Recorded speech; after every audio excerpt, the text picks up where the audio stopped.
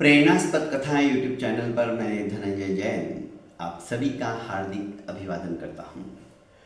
छोटी सी कहानी डीजे की जुबानी। दोस्तों, एक बार भगवान श्री कृष्ण अपने राज सिंहासन पर बैठकर प्रजा के प्रश्नों का प्रत्युत्तर दे रहे थे।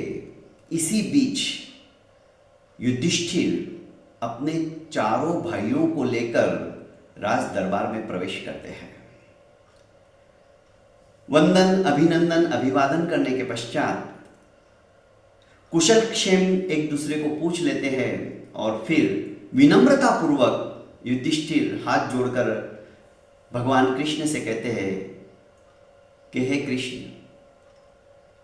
हम पांचों सोच रहे हैं कि महाभारत के इस भयंकर युद्ध के अंदर हमने जो पाप किए हैं, हमने जो कलिमल एकत्रित किए हैं, अपने ही परिवार के सदस्यों को गाजर मूली की तरह काट कर उनके वंश को विध्वंस कर दिया है।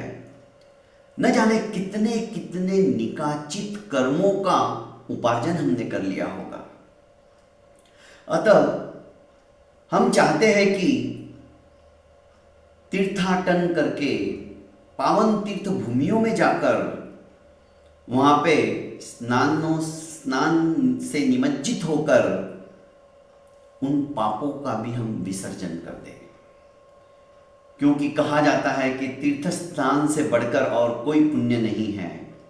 तो सोच रहे हैं कि उस पावन भूमि के तीर्थस्थल पे जाकर वहां के तट पर निमज्जित होकर पानी में डुबकी लगाकर शरीर की स्वच्छता के साथ साथ आत्मा की भी स्वच्छता हम कर ले, ताकि जो कर्मों को हमने बांधा है वो कर्म शनै शनै इन तीर्थ स्नानों की वजह से हमारे समाप्त हो जाए और हमें सद्गति प्राप्त हो।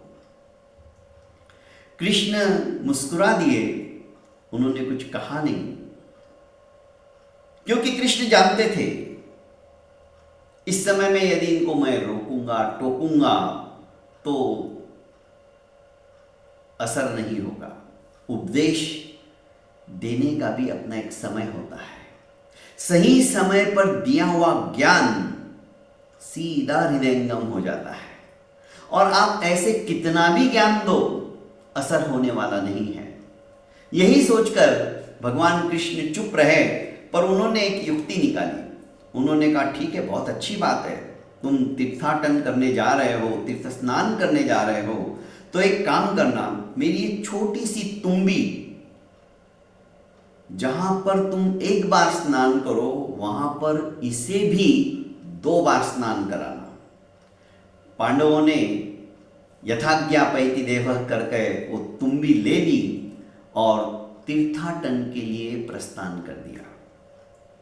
करीब 6 महीने के पश्चात जब वे अच्छे अच्छे तीर्थस्थलों पर जाकर शरीर की विशुद्धि करके आए, बड़े अपने आप को पवित्र समझ रहे थे, खुश नजर आ रहे थे कि चलो अब हमने अपने उन पापों के भार को हल्का कर लिया है।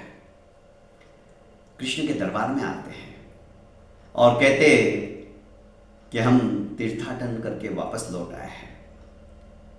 कृष्ण ने कहा, मेरी तुम्बी? हाँ। कृष्ण, उसे भी हमने जहां जहां स्नान किया 2-2 बार आपकी तुम्बी को भी निमज्जित करके अच्छी तरह से मल कर नहलाया है। अच्छा। कृष्ण ने उस तुम्बी के छोटे छोटे 5 टुकड़े किए और 5 टुकड़े 5 पांडवों को देते हुए कहा, अब ये तीर्थ के प्रसाद को चख कर तो देखिए। जैसे ही पांडवों ने वो तुम्बी का टुकड़ा अपने मुंह में रखा, तुम्बी अत्यंत कषायली होती है, तुरट होती है, कड़वी होती है। मुंह में रखते ही सब थू थू करके थूकने लगे, क्योंकि पूरा जहर जैसा मुंह हो गया। कृष्ण ने आक्षेप लगाते हुए कहा, तुम क्या कर रहे हो? तीर्थ के प्रसाद की ये अवहेलना है। कृष्ण तुम कैसी बात करते हो, ये जहर जैसी तुम्बी हमको खाने को दे दिया और कहते हो कि तुम इसे थूको मत। अरे तुम तीर्थ स्थान के अंदर जाकर इसको भी तुमने जहां जहां स्नान किया वहां पे तुम कह रहे हो कि हमने 2-2 बार इसको निमज्जित करके अच्छे से नहलाया है, तो इसका कड़वापन तो चला जाना चाहिए। ये फिर भी कड़वी क्यों है? इसका मतलब तुमने अच्छी तरह से स्नान नहीं कराया। नहीं कृष्ण, हमने तो अच्छी तरह से स्नान किया, पर भला तुम भी जो कड़वी है वो मीठी कैसे हो जाएगी? आप कैसी बात कर रहे हो? कृष्ण ने मुस्कुराते हुए कहा, हां यही है। जिस तरह से तुम भी तीर्थ स्नान करने के बाद भी कड़वाहट को छोड़कर मीठी नहीं बन सकती, ठीक उसी तरह जो पाप तुमने किया है अपने ही भाई बंधुओं को काट कर मार कर, भला वो तीर्थ स्थान से कैसे क्या समाप्त हो जाएगा? इसलिए कहा है कृष्ण ने, आत्मा नदी संयम तोय पूर्णा सत्यावहा शील तटोदयोर्मी तत्राभिषेकम कुरु पांडुपुत्र नवारिना शुद्धति चांतरात्मा। अर्थात बाह्य स्नान से कभी होती आत्मा शुद्ध, अभ्यंतर तप स्नान से बने अनेकों सिद्ध। अर्थात आत्मा नदी है और संयम उसके अंदर निर्जरता से बहने वाला पानी है। ऐसे संयमित पानी के अंदर सत्य और शील, ये उसके 2 तट है नदी के, उसके अंदर यदि तुम निमज्जित हो गए, अर्थात 5 इंद्रियों को वशीभूत करके आत्मा को परमात्मा से तल्लीन करके उस संयम रूपी नदी के अंदर तुम स्नान करोगे, तो ही तत्राभिषेकम कुरु पांडुपुत्र, हे पांडुपुत्रो तुम वहां पे अभिषेक करो, स्नान करो, तब तुम्हारी आत्मा शुद्ध होगी। सिर्फ पानी से स्नान कर लेने से आत्मा कभी शुद्ध नहीं होती। नवारिना शुद्धति चांतरात्मा, अंतरात्मा, शरीर तो तुम्हारा शुद्ध हो गया, पर अंतरात्मा को शुद्ध करने के लिए तुम्हें संयम रूपी जल के अंदर प्रवाहित होना पड़ेगा, निमज्जित होना पड़ेगा, जिसका कि तट शील के साथ और सत्य के साथ प्रवाहित हो रहा है। तब से सत्यवादिता के नाम से वे सुप्रसिद्ध हो गए। कभी भी पांडवों ने झूठ नहीं बोला। युधिष्ठिर तो सत्यवादी ही थे, पर सत्यवादिता के साथ साथ ये भी जरूरी था।